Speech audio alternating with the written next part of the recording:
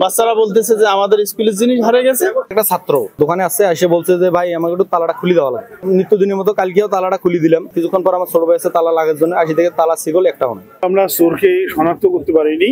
প্রায় 2.5 লক্ষ থেকে 3 লক্ষ টাকার মতো মালামাল এখানে আছে। যে কয়টা রুম ভাঙাভাঙি করা হয়েছে প্রত্যেকটা রুম ঘুরে ঘুরে দেখলাম। দেখার পরে আমাদের এই স্টুডেন্ট নীতি এবং মুনতা ওরা দৌড় দিয়ে বলতেছে স্যার স্কুলের জিনিসগুলো পাওয়া গেছে আমাদের প্রাইভেট রুমে। ওদের প্রাইভেট রুমে আসি, ব্র্যাক অফিসের দক্ষিণ পাশে, এখানে আসি দেখি যে আমাদের সমস্ত জিনিস এখানে ভিতরে রক্ষিত।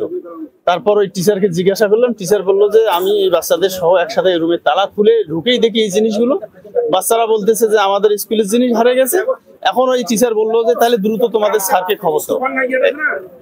এসে আমরা জিনিসগুলো দেখলাম।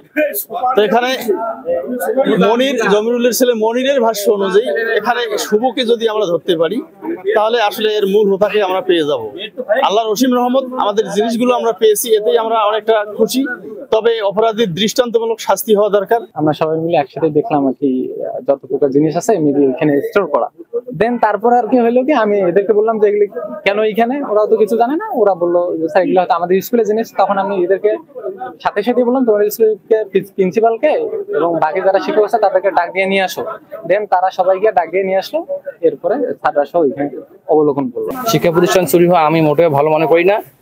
একে শাস্তি দিতে হবে এবং আইনের ব্যবস্থা নিতে। প্রাইভেট রুমের মানে একটা ছাত্র এখন প্রায় স্যারের সাথে যাতায়াত করে।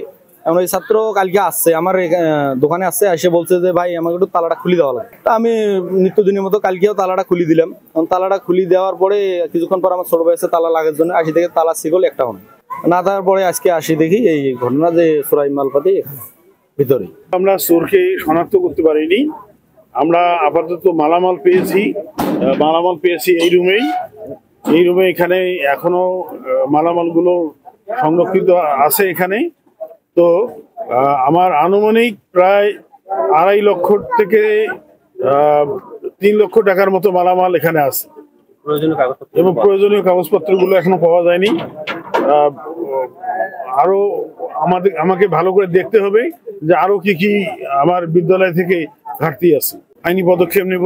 ইউনূস স্যারের সাথে কথা বলেছি, আমাদের বিদ্যালয়ের সভাপতি ওনার পরামর্শ করবে। উনি যে পদক্ষেপ নিতে বলবে আমি সেই পদক্ষেপেই ইনশাআল্লাহ নিব। এই ঘটনাটা, আমার বিদ্যালয়ে কোনো নাইট গার্ড নাই।